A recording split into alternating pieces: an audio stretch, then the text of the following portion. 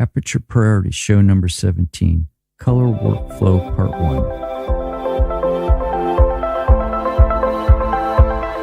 Welcome to the Aperture Priority Podcast, an Avila Studios production where it's all about photography and fun.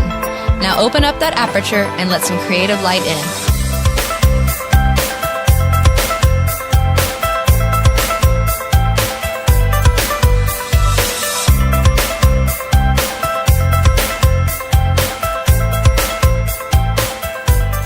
Hello and welcome back to show number 17 of Aperture Priority.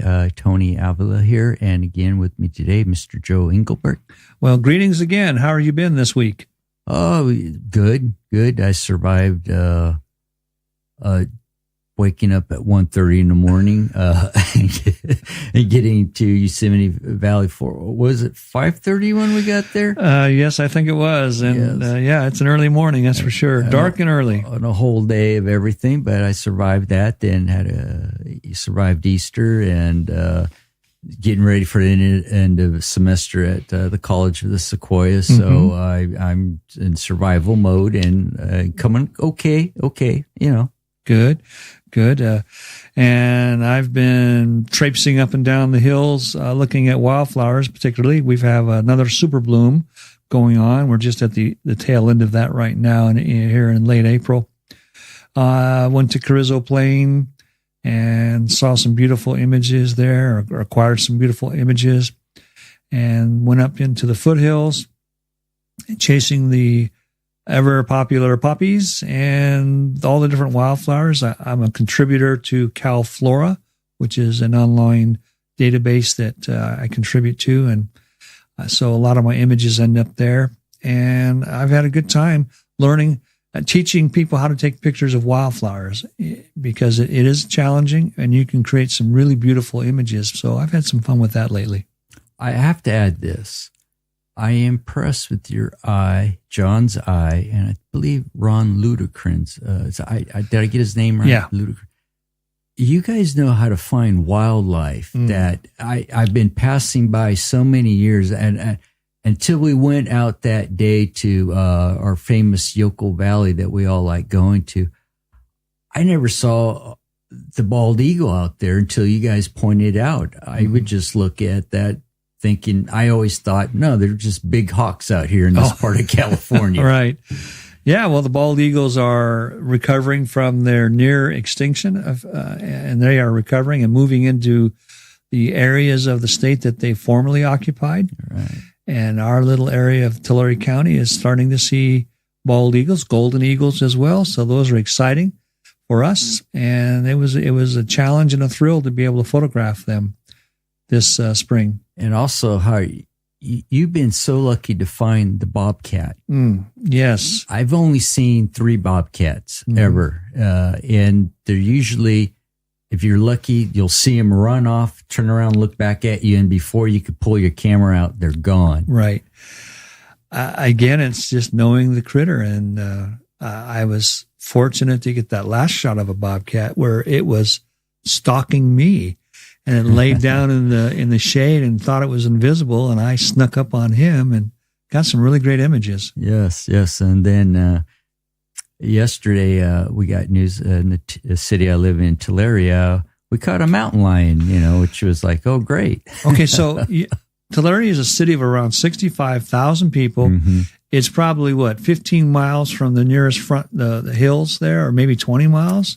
I would say 20 miles, yes. To the beginning of the mountains, which are the foothills, and then the mountains are another 4 or 5 miles. So that mountain lion had to come across 25 miles of farmland and other little towns and to get to where your backyard. So, yes. And he was just laying in front of somebody's front yard on what's I can't remember, it was on La Spina. I can't remember the other road.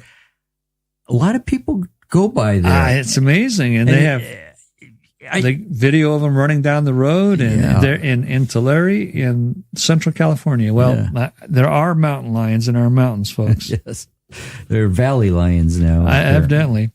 I wanted to get to today's show because it's going to be a vast series of we're going to call color workflow. Yes. And Brandon, who I know, asked me once, is it important to calibrate your monitor? Well, the answer is only if you care. Yes. Care about the final product. And yes, and I've been part of the very first time I ever calibrated a monitor. I'm going to go back to 1995. Mm-hmm. And where I was working, we had gotten, I was using a souped up Mac with a special video card. If I remember right, the video card that back then, it was a $3,000 video card with a special monitor from the same company that was attached to a Mac Quadra 900. I remember that, yes. And so weekly, I would calibrate that monitor. And we're going to get to the importance of why this is important to your workflow. But with today's monitors, I think it's even a little bit more important now. The old CRT tubes would age, so you would have to keep up your calibration because at one time you'd have to keep pumping up the brightness, and then one day you're like, oh, that's it. It's no more. It's no longer able to be bright enough.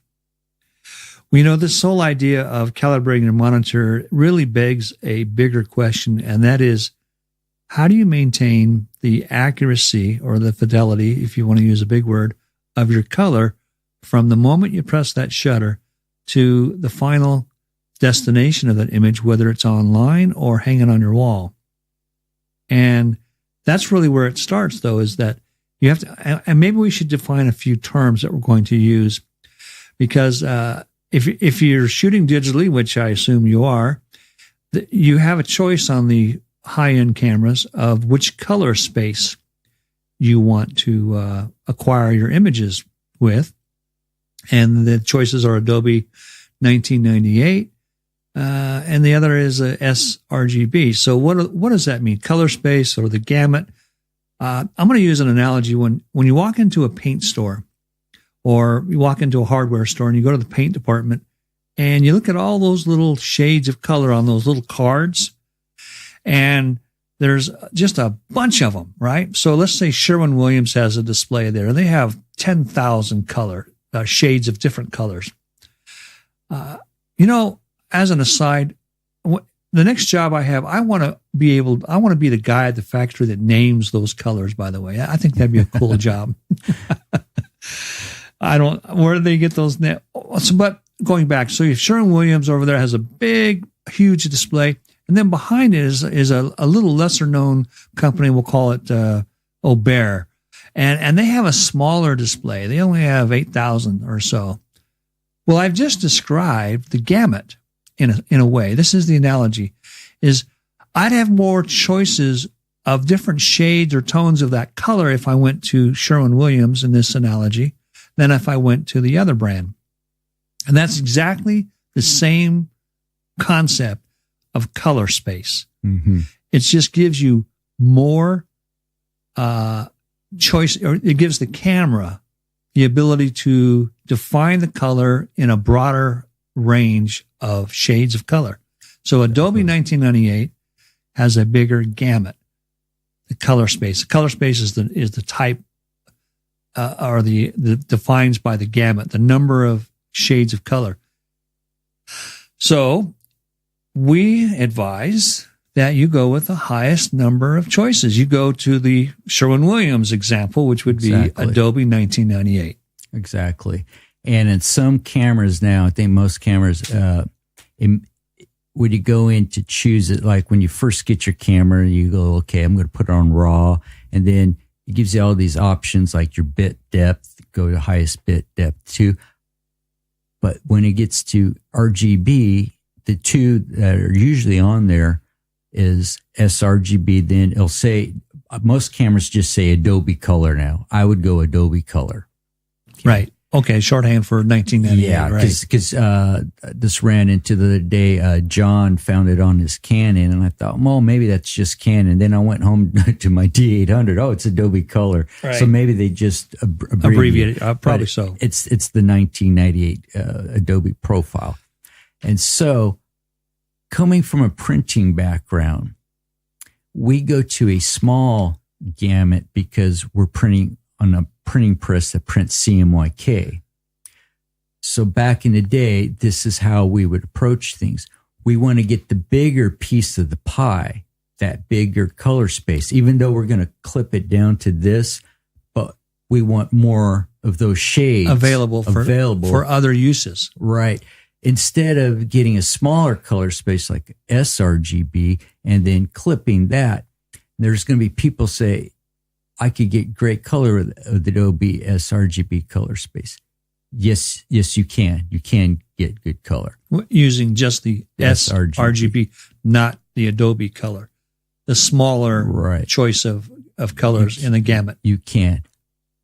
But I challenge people, go out and Google RGB color space or gamut, and it's going to come that little thing of color, and it has all these triangles in it. Yes. And to me, it's like this. Why are you settling for less when now there are people who print in the Adobe 1998 gamut? You're getting more of that pie. You're getting that bigger space. The Sherman-Williams analogy, more choices of these colors. Because I think in the beginning, and this is my opinion, and I used to go to all these trade shows and I would ask people in the industry, why sRGB? And they would all say the same thing, blah, blah, blah. And then I would sit there and listen patiently and I go, it's because it's safe. Yeah. And they would say, yeah. Yeah. And so to me, coming from both print industry and working at a color photo lab, I think they made it the sRGB color space safer because, I used to work with two guys that were specialized, one in color and one in black and white. They both were specialized in getting the most out of everything, out of your big print and everything. And I think what's happened, a lot of these guys have disappeared because the traditional print photo lab is gone. Right. You still have professional labs and everything, but your local labs are almost gone. Now you have your Walmarts, Costco's, and Walgreens and things like that. Right. So I look at it, get the bigger color space. So what you're saying is that by using the bigger color space, the bigger the space that has more colors or shades of color in it, embedded in the file that you create when you press the shutter, allows you to, in the future, to use all those colors with a printer that can print in all those colors. Yes. Not all printers can do that. Not all can. And in the past, especially, the printers were sort of dumb in a way. They could not print all those colors, so they used a standard called the sRGB, which was sort of the lowest common denominator. Exactly. And it supposedly would work wherever you printed it. At least this is the base, the lowest common denominator. All right, so that's the first step in workflow, is understanding that you want to acquire your image with your camera in Adobe Color or Adobe RGB 1998. Because even though you bring it into Lightroom and you're going to export it out to Photoshop, but you could export it out as a sRGB. But to me is, again, if a camera manufacturer is coming to me, use my camera A because it's better than B because it captures more color, then fine. I'm going to try to get as much as I can, even though I'm going to go down to a smaller color space. At least I got more to choose from. So the software should do a better job. Okay, so let me throw a curveball at you. All right, so I go online and I Google color space and I see that nice little image or a graph of the triangles and the color. And there's one called Pro Color. Yes. And it's like huge. Like, well, why wouldn't I use that one for everything? Why not? Why not? That's a very, very, very, very good question. I did a test once. Yeah. And I brought in a thing and I picked that color space. Right. I did all that. Well, yes, there's no one who can print it. Exactly. That's the answer, isn't it? Because okay. But okay, using the same rationale though, I have it. Why wouldn't I use it? Because in my experience, I have yet to find anyone that can convert that color space to a usable print. To usable print. That's exactly, because the only one who's using that, and I'm mistaken, in the new Apple iPhone and their iPads, I can't remember, they chose ProPhoto that color space. Which can create a problem because you're looking at this. Of course, they got the higher res screens. You're looking at this. Well, who's going to print that out in that color space? I do not know anybody of yet. Maybe, I think perhaps Whitewall. I'll have to go back to the website and look that up.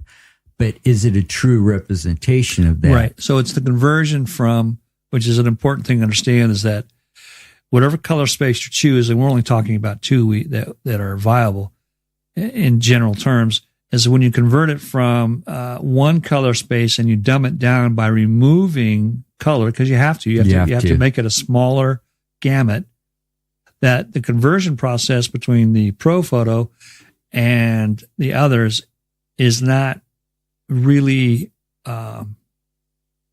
well done right now. Right. And I've experienced that myself. Yes. And we're going to talk about a test that I did. And so, again, just get the biggest, even though you're going to go down smaller. And again, this is, as long as the biggest is printable. So yes, that's the difference, is that the Adobe 98 does have print shops that will print in Adobe in 1998. But we don't know of any right now that'll use the ProPhoto larger gamut. I do not know of anybody that will use that one as of now. And it's kind of weird because this all came to light, and I'm trying to think back, because I used to have to stay on top of this because I worked for Jostens Printing and Publishing in the art department. And I believe it was Photoshop 4 when it came out, where they started putting all these different RGB color spaces in it.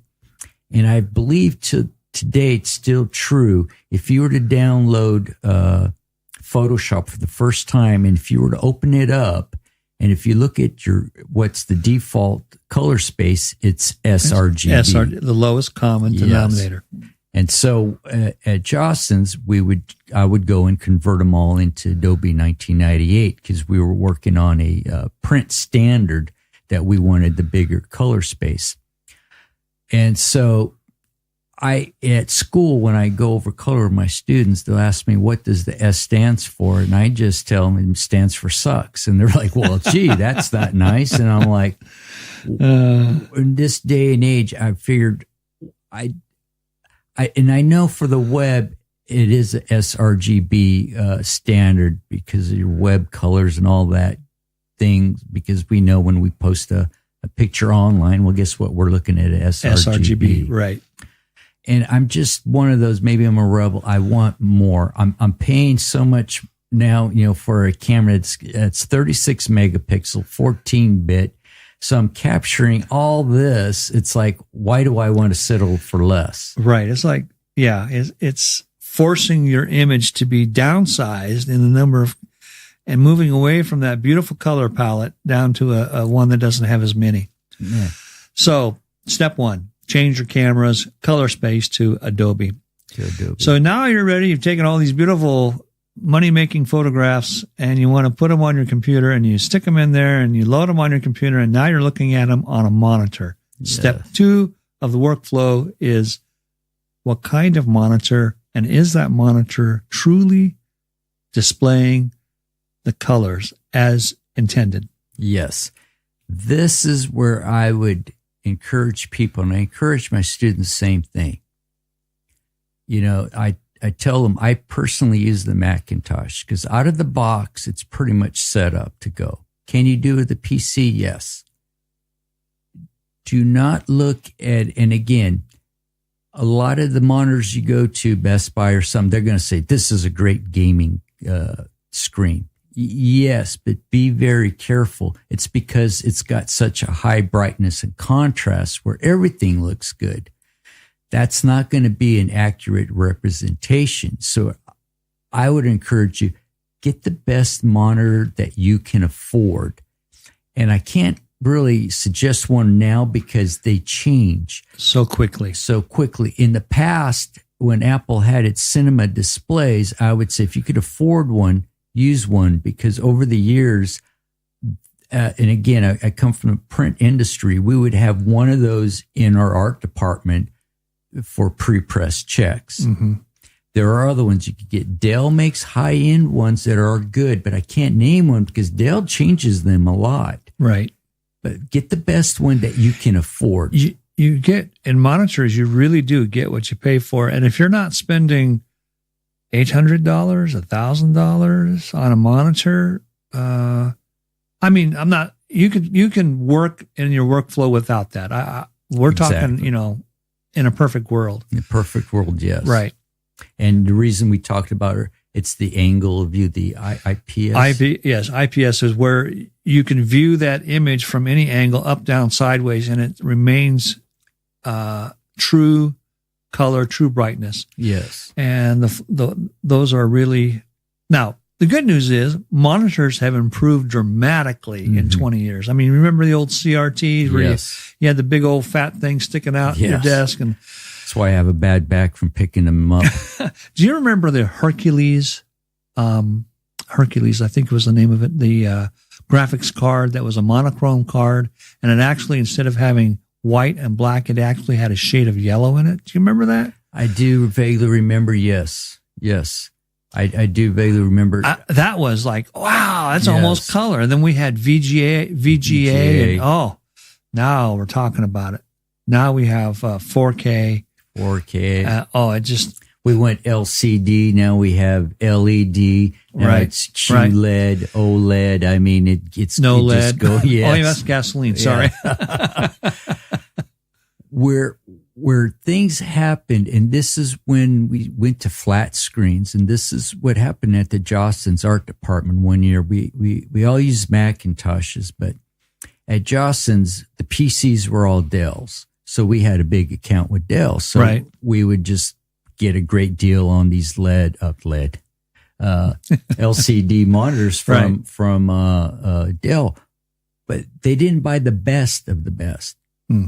This presented a problem. So I'd go in the summertime, and I'd go in and replace all the old CRTs. We went from 21-inch tube monitors to the 17-inch LCDs.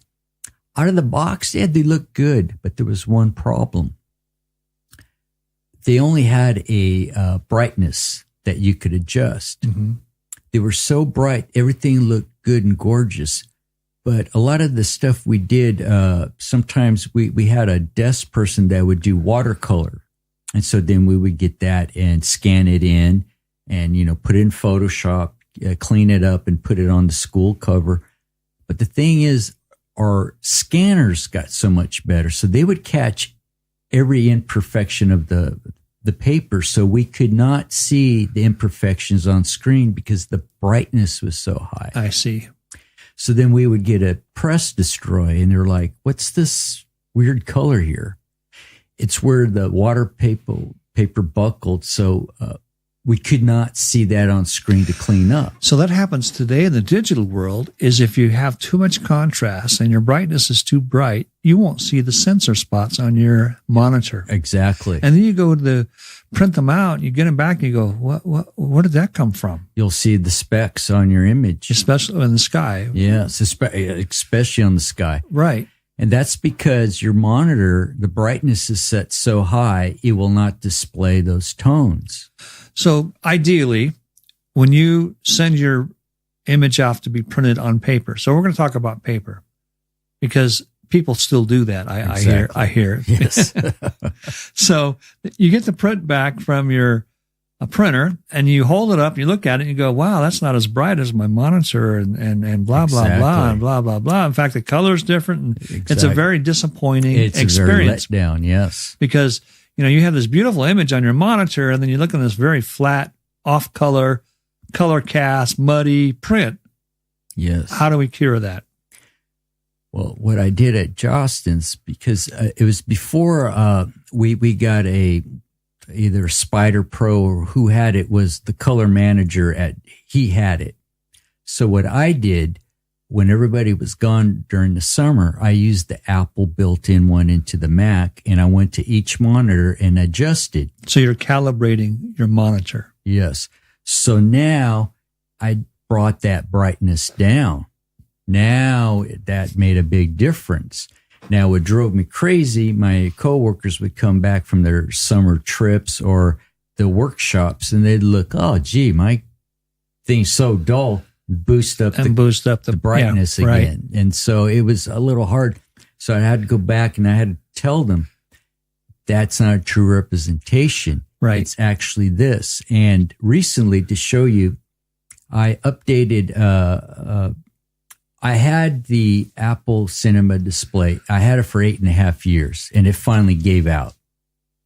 And so the day it gave out, it was like, I'm working on a job. And in our area, we don't have an Apple store. It's up in Fresno. So I'm not driving to Fresno. So I just drove to Costco, found a Samsung, brought it home.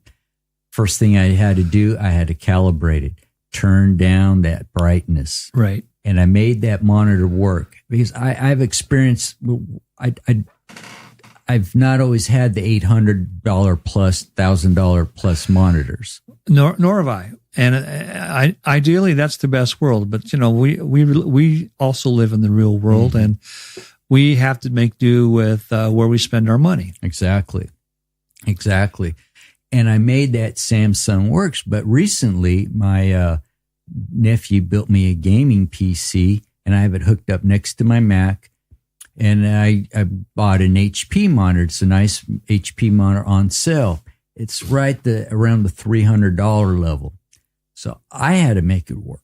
And I was surprised, out of the box, you hook it up, looks great.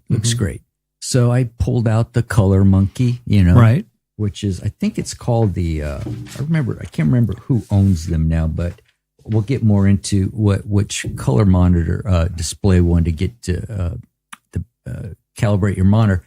Calibrated the thing, and I was surprised how far the brightness I had to turn down. And I was like, this can't be right. So, for example, you'll have your settings, 0 to 100. Out of the box, the HP was set at 90. I had to turn it down all the way to 3, and I was like, this can't be right. 3. That's how bright these new monitors are. And that's for gaming and entertainment. Yeah, because it makes everything look good. But that's not going to be a correct representation. So I went in and profiled, and I was like, ugh. It's because, again, my eyes out of the box was so bright. So I went and I turned off that profile, went into my control panel, into monitors, and calibrated using the built-in Apple one. I got the same result. So what would have happened if you hadn't calibrated your monitor? You would have had an excessively bright image monitor, which would have produced a very dark image, right? Exactly. Because you're misrepresenting the what the print looks like, right? Exactly. So if you're listening and you have a problem with dark prints, the first thing is you may have a too bright of a monitor. Is that right? Exactly. Okay. And that will throw things off considerably. Right.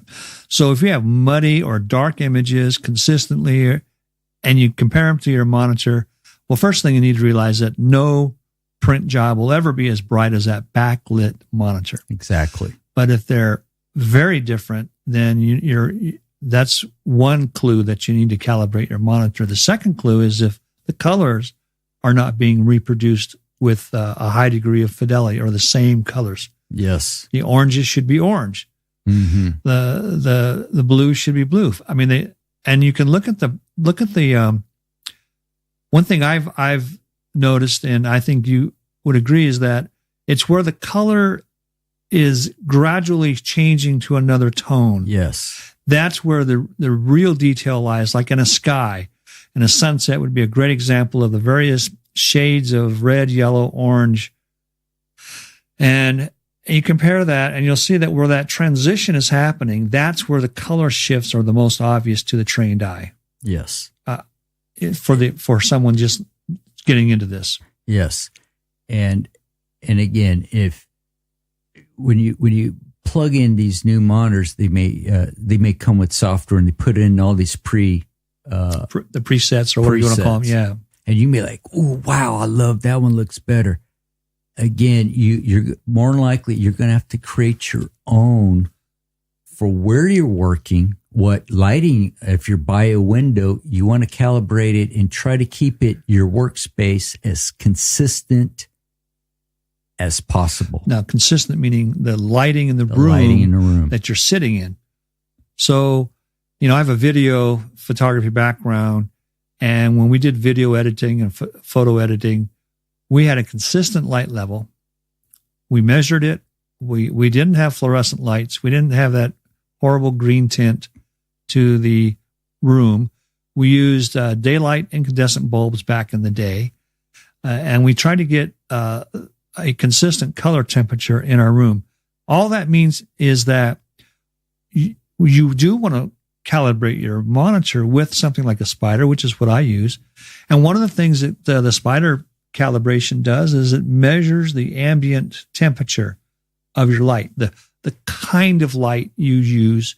The question will ask you, hey, is this the kind of light you normally edit in? So if not, make it the way you normally edit. Right.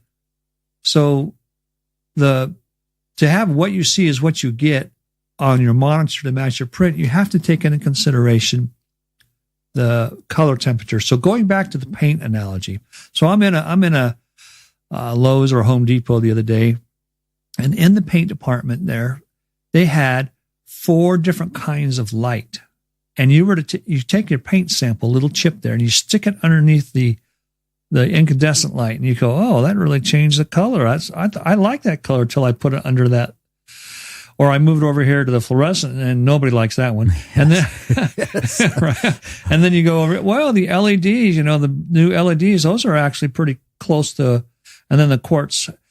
That's a great experiment and a great way to visualize what we're talking about in terms of color in your, of the light that's in your room, in their light fixtures. Because by taking that paint chip and sticking it under those 4 different kinds of color of light in the hardware store, you can visually see the effect it has on that paint chip. Imagine now your monitor. One day you turn on all the lights and you have a yellow incandescent light and you have a white LED, and then you have why you would have this, I don't know, but you have a fluorescent tube above you.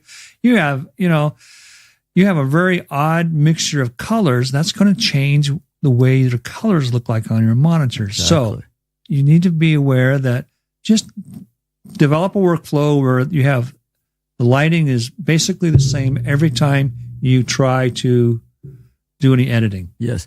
Even where we meet every Wednesday with our group, if we look above us, there's 2 lights. They're both different. There's mercury vapor, that orange. So, and that's very important, because fluorescent lighting puts out it's actually greenish yuck color, which when at Jocelyn's was telling the story about those Dells, the view angle was so bad on them. He'd be looking, and my coworkers would call me over. It's like, Tony, look at my screen. Look when it comes, there's a pink tint to it. It's because think of the color spectrum, the fluorescent lighting. We could never, it would take an act of Congress to get us to get new daylight balanced lights. Oh, the TH came out with the daylight, and it was great. Yes. So what we would do is calibrate, again, the color for that, get your monitor all calibrated. And then I would tell my coworkers, try to set your monitor where you're sitting the best you can. Right. And you're probably going to get a little bit of that, but don't freak out. Then when I used to have my own office back in the day in downtown Visalia, what I did, I had to calibrate because, again, I was under yucky fluorescent lights. I talked to the landlord, and he got daylight balanced lights. which made a difference. I needed only half the lights in those. They would fit in those fluorescent. What do you call fixtures? Yeah, right. There was 4 in a fixture. You only used 2. Yeah, I see. Because people would walk into my office and like, good Lord, is there light in here? They was like, why is it so bright? It's because they were balanced. You didn't have that dim, greenish to it. Which really does not lend itself to portrait photography, by the way. When I can't think of any skin tone that is enhanced by a green sheen. No. You can't. So why this is again important is you need to at least see the good representation of the color you actually captured. And some of my friends will complain to me, and it's like, kill the messenger. I will tell them off. It's like, you set your PC up for gaming. Yes. And I'm not changing that. Then you answered your own question. Right. Either you have 2 monitors, yes, or you live with what you get. Right. What you got. Because you're going to have to change the profile. And you could switch back and forth between them, but I do not encourage that. And this is why I picked the Adobe 1998 Color Space, and I work with it because I have a place that prints with that profile. Because doing stuff for pre-press, I do not want to go into Photoshop and change back and forth. And I used to do this because you'll forget, and I'll be working in the Adobe 1998 when I was setting a job that was going to be going to the local lab to be printed for a portrait, and I get back, the skin tones look like the. Then I remembered, okay, a good thing I shot in RAW. I have to go back and redo everything or try to tweak the profile when I change it. So I just simplified my workflow. I get the monitor set to where I want. And to me, that's why people will ask me, well, why do you get these tones? How come yours look different than mine? And I tell them, is your monitor calibrated? Well, no. Should I do that? Yes. Buying a Spider or whatever, Color Monkey or whichever you choose to use is a great investment. Yes, I picked the top 3 that seemed to be the popular. There's one, it's called the X-Rite Display Pro. X-Rite I've used before. The Spider Pro, I guess they're owned by Datacolor now. Datacolor, right. Spider Pro 5. Geez, I go back to the very first. Right. And then the other one, it's also X-Rite. It's the Color Monkey. They have Display Pro and Color Monkey. I think Color Monkey used to be its own, but those 3 came up consistently. Mm-hmm. Or if you're experienced like me, and if you want to just go into your control panel on your computer and calibrate it that way, you can do it that way too. I would caution you that, especially PC users, that you really need to know what you're doing before you do that, though. Yes. I would caution that. Where save up $150, between $150, $160. Or borrow one from somebody. Borrow one, yes. Yeah, I mean, you don't have to calibrate your monitor every week or a month like we used to. You know, you especially with the LED monitor. 3 or 4 or 5 months, 6 months if you really, have to. But so it's exactly. That would be the optimal setting. It's to have it because these things are so great. They calibrate the light in your room. They look at the light in your room and they set it to your monitor. It's going to be one less headache in your workflow. They consider the graphics card that you're using, the monitor type you're using, the room color or the color of the light in your room, and they set that monitor so that it is the best representation of the color gamut that you've chosen. I mean, for continuing. So this conversation, of course, lends itself to the next step, which we'll get into in a future podcast, and that is preparing your file for a print house. Yes. And to show you what I used to do with this color stuff, on a Mac and a PC you could do it too. In the Mac, we would always have our screen tiled. My background was one of the default ones that Apple used to put. It was just gray.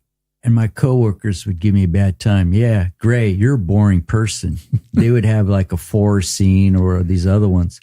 There's a reason why I chose that neutral gray. I know the reason too. Because when you're adjusting color, there's nothing influencing exactly your eyes. Right. That's why I'd be cautious, because my nephew built me this cool PC for gaming.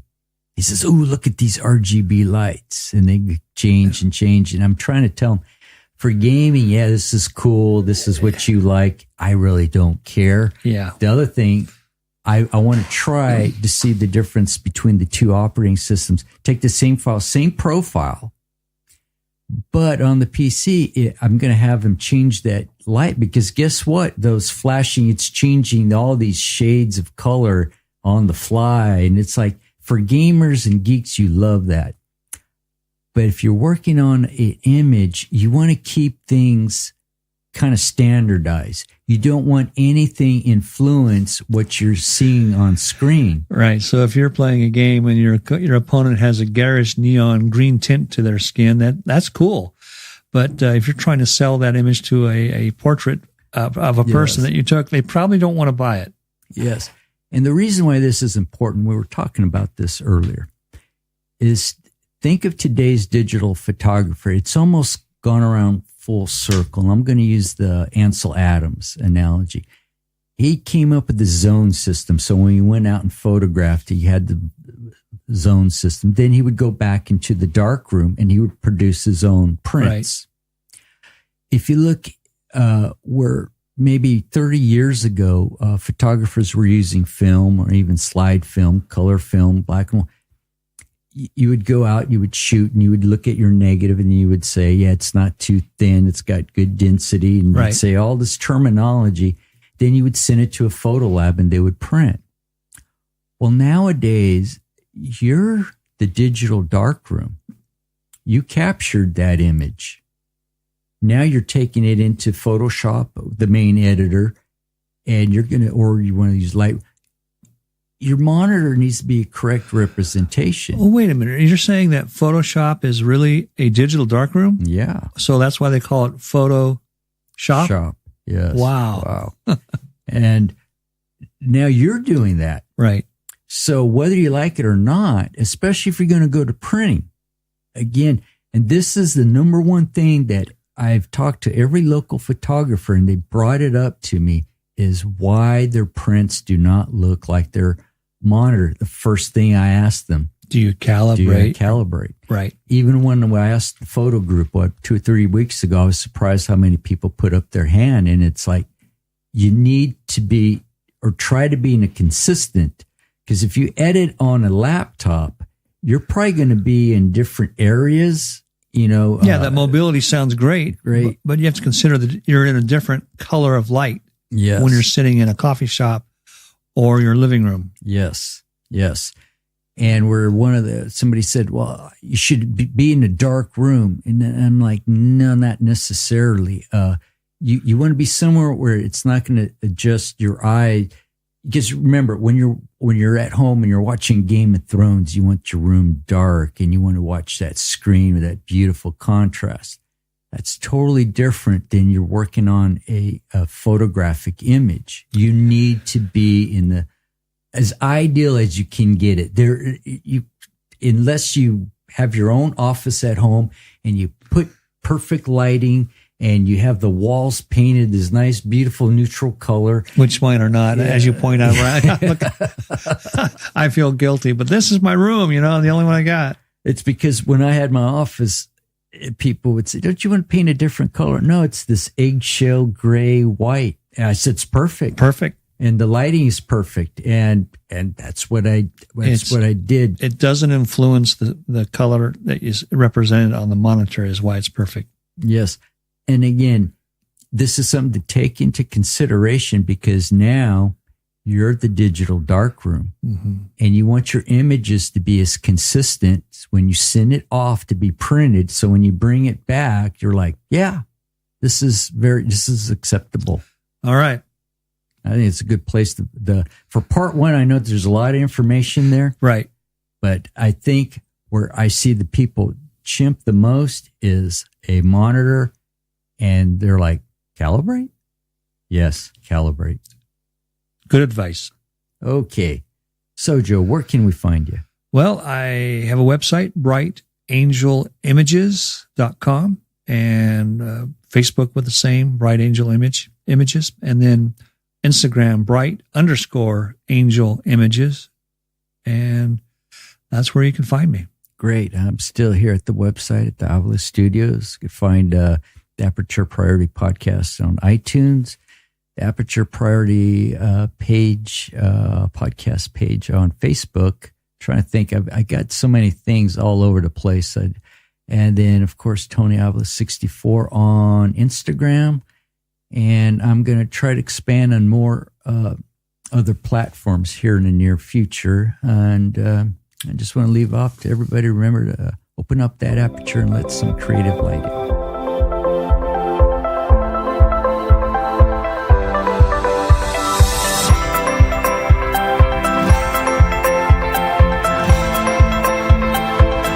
Aperture Priority is an Avila Studios production. For more information on what Avila Studios has to offer, please visit us on the World Wide Web at avilastudios.com.